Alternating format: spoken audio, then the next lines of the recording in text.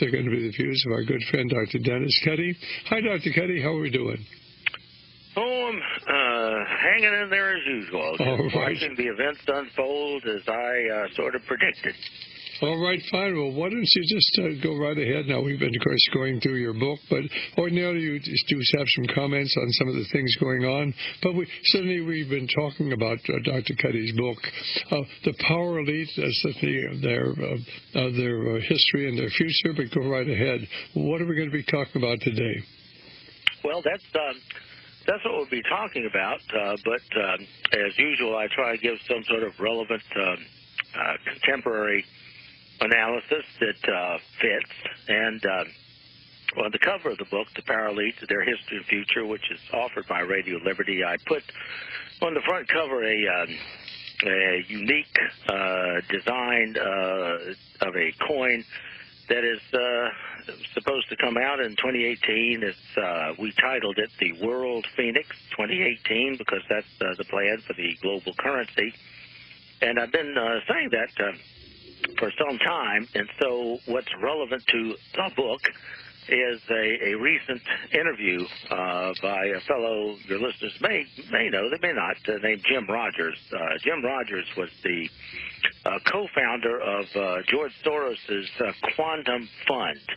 He's supposed to be a rather famous investor, and the headline from the news item that I have from the Canadian Broadcasting Corporation when they interviewed him was that he issued a dire warning, and it was that this whole situation today globally is going to, as he said, end badly.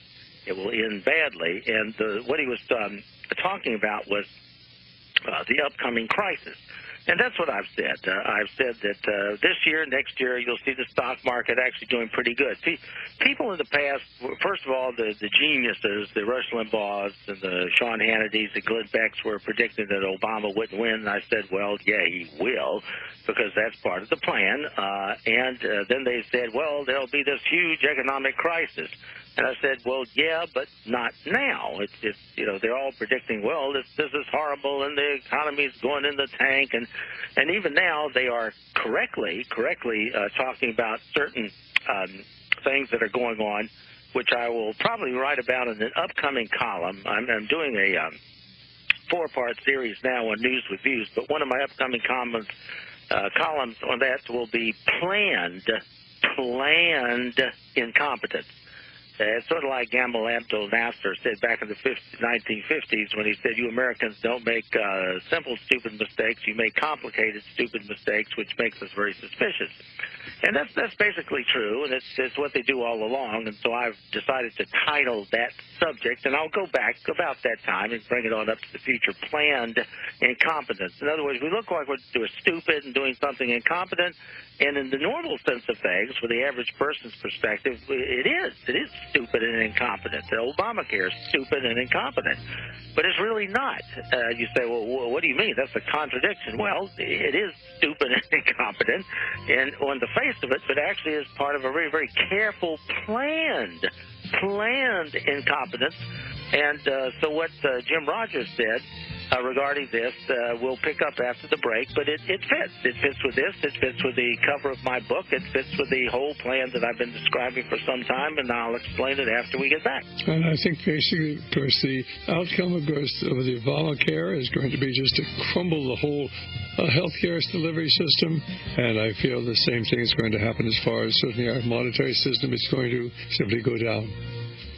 Well, this is Dr. Stan. I guess this afternoon is Dr. Dennis Cuddy, and Dr. Cuddy has certainly taught at the university level. He's been a consultant for industry. He certainly was in the Reagan administration, the Department of Education, there under Ronald Reagan. But he's a prolific writer and certainly one of my favorite sources of information. And he's ordinarily with us every Friday at this time. And he's simply talking a little bit about what's going on today. And with so many of the things going on just don't make any sense. sense. I mean, how could you be as stupid as they are with Obamacare? I mean, to come up with a program, you had 3 years to put together a computer program so people can sign up, and it just doesn't work. And it still doesn't work, and basically people 55 years of age are going to have a 3 or 4 times increase in the cost of their health care. And I pointed out my son is 55, and basically his health care is going, this is basically a catastrophic policy. It doesn't pay the first dollar. It pays maybe $3,000 or $4,000 or $5,000, something like that. But his policy is going to go from $4,000 to $14,000 a year. And apparently this is happening to almost everybody in that. But how could they be so stupid as to come up with a program that is going to be such a disaster unintentionally? And it's Dr. Cuddy's point that this really isn't unintentional. They know exactly what they're doing, but they're trying to appear to be incompetent. Dr. Cuddy, you go right ahead. Yeah, and they have an incompetent rollout, and people will get cancellation notices, and maybe 80,000 or whatever next year will get their notices of cancellation, and oh my goodness, we can't have this, so we'll have to subsidize it. Whatever the government subsidizes, it controls, and so forth and so on. So ultimately, that's what they want. They're moving towards the single payer. So, they can only get there by being incompetent with what they're doing now. And so the same thing is true on the international global economic scene. As I said before the break, people thought we'd have this economic disaster now, and I said, well, no, it'll still sort of fumble along. And as you see, the stock market is really rather high, but it's artificial. It's artificial. And so this fellow Jim Rogers, who's the co-founder of George Soros' Quantum Fund, and remember, George Soros is one of the power elite. So if you watch what he and his ilk are doing, you can pretty well find out what their plans are for the future. I mean, they're not silent. I mean, David Rockefeller gave his quote, which the media, the New York Times, covers up because they're one of the papers that the Cecil Rhodes people wanted to control, and we know this. We know this from Carroll Quigley. He said, J.P. Morgan was... Hold that thought. We'll be back in just a moment here. Well, this is Dr. Stan here, and Dr. Cuddy simply pointing out that the media is controlled. Certainly the most prominent newspaper in the United States, the New York Times, has been controlled for a long period of time, and it puts out the information that they want you to get. I mean, once in a while they come up with some good articles.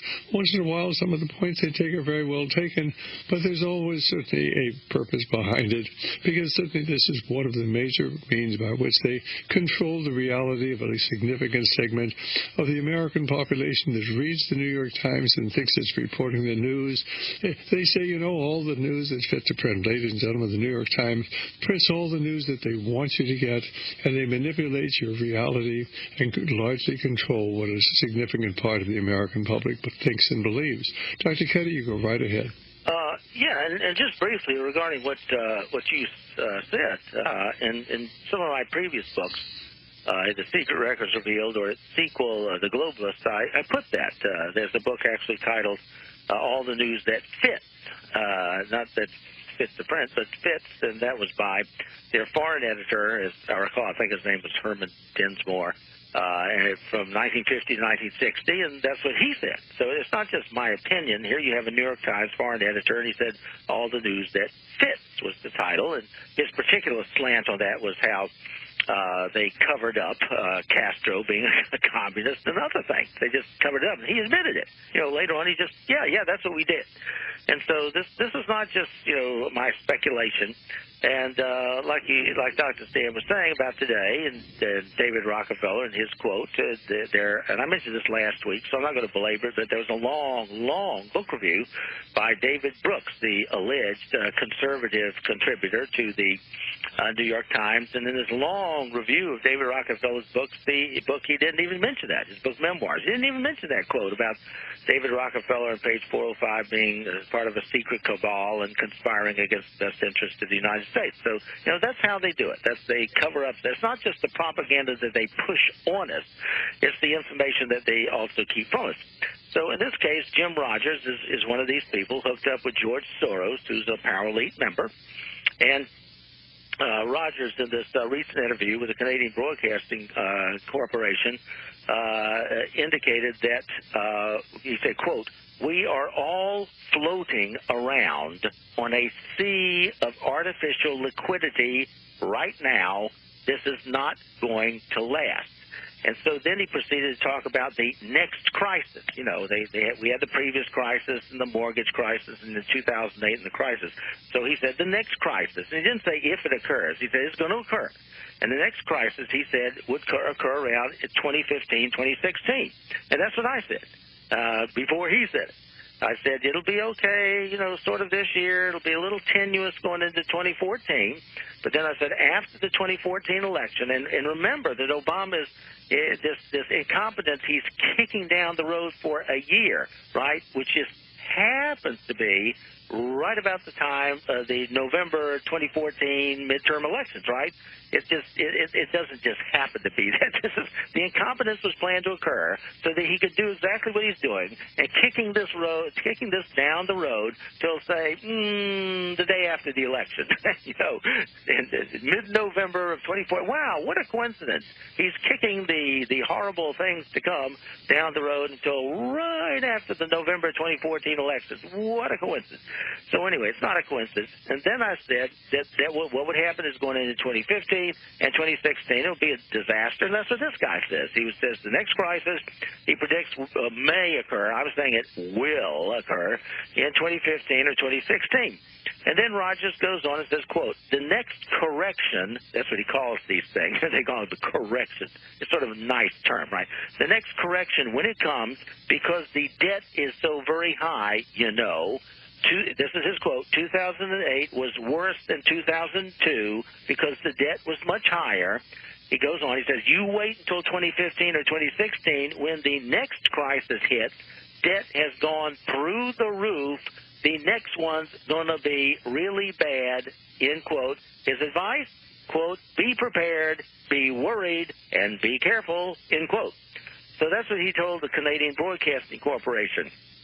And he ought to know, because he's hooked up with George Soros, and this is their plan. I mean, he's putting these words like, it may occur, it may do this.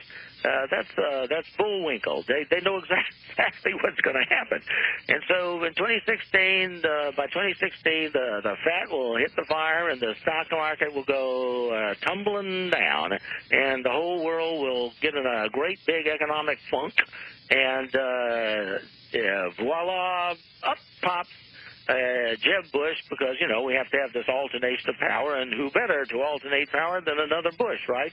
That's what they called, you know, Philip Freneau, 1792, the July issue of American Museum magazine, talked about the, quote, hereditary elite. Now, back then it was, you know, the kings, George I, George II, George III. But now it's John D. Rockefeller, John D. Rockefeller Jr., John D. Rockefeller III, and Bush, Prescott Sheldon Bush, George H.W. Bush, George W. Bush, and the brother Jeb Bush, see? So this, you have this sort of hereditary elite and hereditary puppets. And so, you know, the Bushes are more or less the puppet. So George H.W. Bush was a puppet. George W. Bush is a puppet. Jeb Bush is a puppet.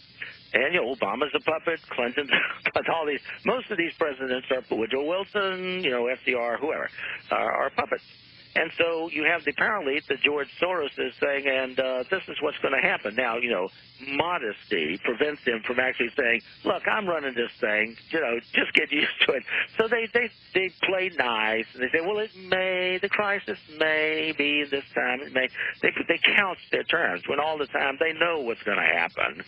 You know, they just know. So anyway, what I've been saying for a long, long time, according to the plan, is what will happen economically, you know, right after the 2014 election, down, 2016, here comes Jeb Bush, and he will be elected with a plurality in the primaries, not a majority, a plurality in the primaries. And then they dirtied up Hillary, so she won't be much of a factor. And that leaves gaffing Joe Biden to stick his foot in his mouth over and over and over and over again. So he's the planned loser. And so what happens is Jeb Bush wins, and he will try, I'm being facetious now, he will try valiantly to recover from the disaster, which is the last couple of years, meaning 2015, 2016, of